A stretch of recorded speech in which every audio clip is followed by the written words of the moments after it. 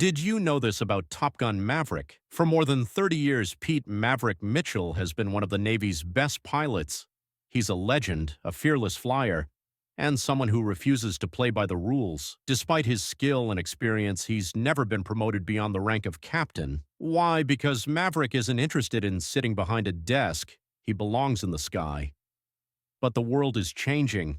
Drones and advanced technology are taking over, and pilots like him are becoming obsolete. His superiors would love to push him out for good, but there's one person keeping him in the game: his old rival turned friend, Admiral Tom Iceman Kazansky. Thanks to Iceman, Maverick is given one last mission: to train an elite group of Top Gun graduates for a near-impossible mission. Now Maverick isn't just fighting against time and technology, he's up against his biggest challenge yet: teaching a new generation of pilots how to do the impossible. But then he sees a familiar face: Bradley "Rooster" Bradshaw. Rooster is the son of Goose, Maverick's best friend, who tragically died years ago during a training accident.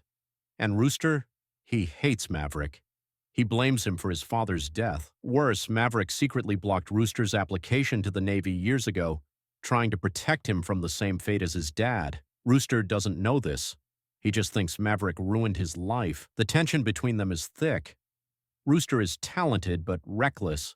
He flies too safely, too cautiously, and in this mission, hesitation means death. Maverick needs to break through to him. But how do you reach someone who hates you? Meanwhile, the mission itself seems insane.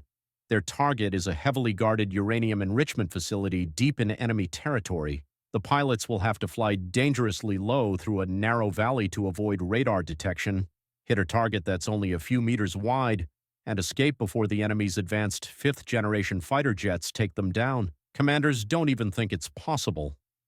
But Maverick? He shows them it is. One morning, as the pilots are still struggling with their training, Maverick steals a jet and flies the mission solo, executing every maneuver flawlessly, proving that it can be done. This moment is a turning point. The pilots realize this isn't about skill anymore. It's about belief and pushing beyond limits. Finally, the team is chosen. Rooster makes the cut, but surprisingly, so does Maverick. He won't just lead them from the ground, he's flying the mission himself. The operation begins. They fly low, almost scraping the mountains as they race toward their target. The tension is unbearable. Radar locks onto them, enemy missiles fire, and one wrong move means instant death. But against all odds, Maverick leads the team through it perfectly. The target is destroyed, mission accomplished, or so they think. As they turn to escape, enemy aircraft appear. A brutal dogfight erupts.